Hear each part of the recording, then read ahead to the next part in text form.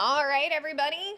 Let's go ahead now and we will take you guys over here to our very own Emma Burns, who joins us on the desk to kind of give us the latest on her story today, talking a little bit more with her right now. Yeah, so this morning I was able to visit with the Bullard Volunteer Fire Chief, Mr. Terry DeGinst, and we were talking about some forever chemicals that are a known carcinogen or a cancer-causing chemical that is actually found in the firefighters' turnout gear. So the things that they wear to go inside of structure fires, responding, the big heavy jackets that you see. It was really interesting talking about it because, I'll go into the science a little bit, but recently, within the past 10 years, is when a lot of research has gone into it.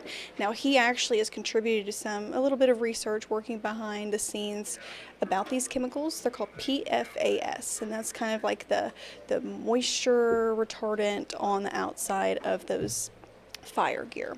So here's a little bit about those PFAS. So it's a known carcinogen. They're a forever chemical. Now, it's used in various products. This is just one of them. So along with their gear that they wear, it's also included in things like some spray foam that they will use if there is an extreme fire. Now, example of the last time that they were able to use this chemical was using it at that, do you remember that big fire out on Highway 64 last year at that plant in Tyler? They actually had to, resort to using these chemicals to help put out the fire just because it was so extreme with it. So knowing that it's a carcinogen, they're wearing it, putting it on their bodies, of course being exposed to all kinds of other things going into like a house fire where there's burning plastic or there's, inhaling the diesel from the fire engines. This adds one more. So it usually leads to throat cancer because when you take off your hood. Scary. And along with it, they put on the pants. The pants also have that chemical on it, and it's also led to like prostate and testicular cancer. And again, this is fairly, new research into this. It's only been within the past 10 years.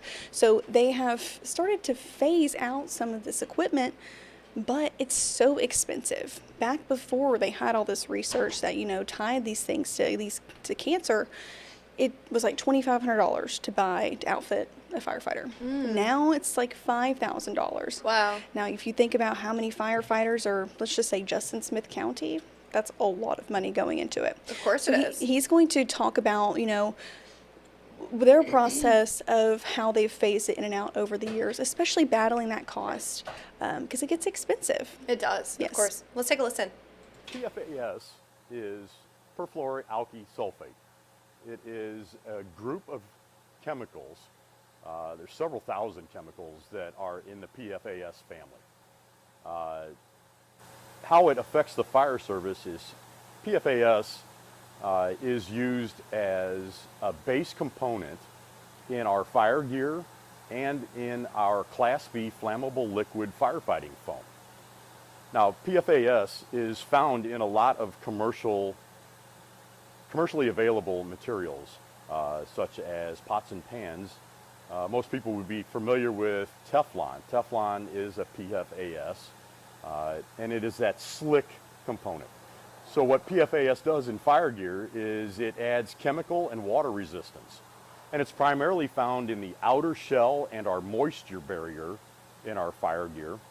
And it is the polymer component in our flammable liquid firefighting foam that enables a film to form over the top, which is what aqueous film forming foam, AFFF, is, and that is what makes it so efficient at putting out flammable liquid fires. It actually occludes the air. Talk about that. So over the last decade, much research has gone into firefighting and the types of fires, the components of the smoke, the toxins that are in the smoke, and from that research, we found that PFAS was a component that was in our firefighting foam and in our fire gear. PFAS has been linked as a carcinogen. There is still ongoing research to determine exactly how it affects firefighters, but in particular, testicular and kidney cancers have been linked to PFAS. So laying out here, I've got a sampling of our firefighters' gear. We replace our firefighter gear on 10-year intervals. So really in 2021 is when fire gear manufacturers had enough evidence that they started switching from PFAS containing outer shells and moisture barriers to what is known as PFAS free. Now, it's a misnomer because there still is some level of PFAS in it. However, it's significantly lower, so it lowers our cancer exposure. The sampling of gear that I have laid out here today, some of it is from 2017 all the way up to 2023. So we have a mixture, and as we have funds that become available, we replace that gear. Obviously, the stuff from 2017 is getting very near to its 10-year life and will be replaced. We do have a conscious effort to find the lowest level of PFAS containing fire gear, but there is a significant price tag that goes along with that. So in 2017, when we bought fire gear, effectively we could outfit a firefighter for about $2,500. Today, with the technology that we're now having to use to get to a reduced level of carcinogens, we're looking in the $5,000 to $6,000 range to replace the fire gear. We rely heavily on, as the volunteer fire department, the Smith County ESD2, which is the taxing district. They have the overarching funds and were created in 2007 to provide the volunteer fire departments in Smith County with a taxable funding mechanism, so we didn't have to go out and do donation drives. Still, that taxing mechanism has to be responsible with the money that they spend. It has to be looking at facilities, looking at fire apparatus, fire gear, all of the loose equipment. And being good stewards of that money, Smith County ESD2 works with the volunteer fire departments like the Bullard Volunteer Fire Department to make sure that we are operating in a safe and healthy environment.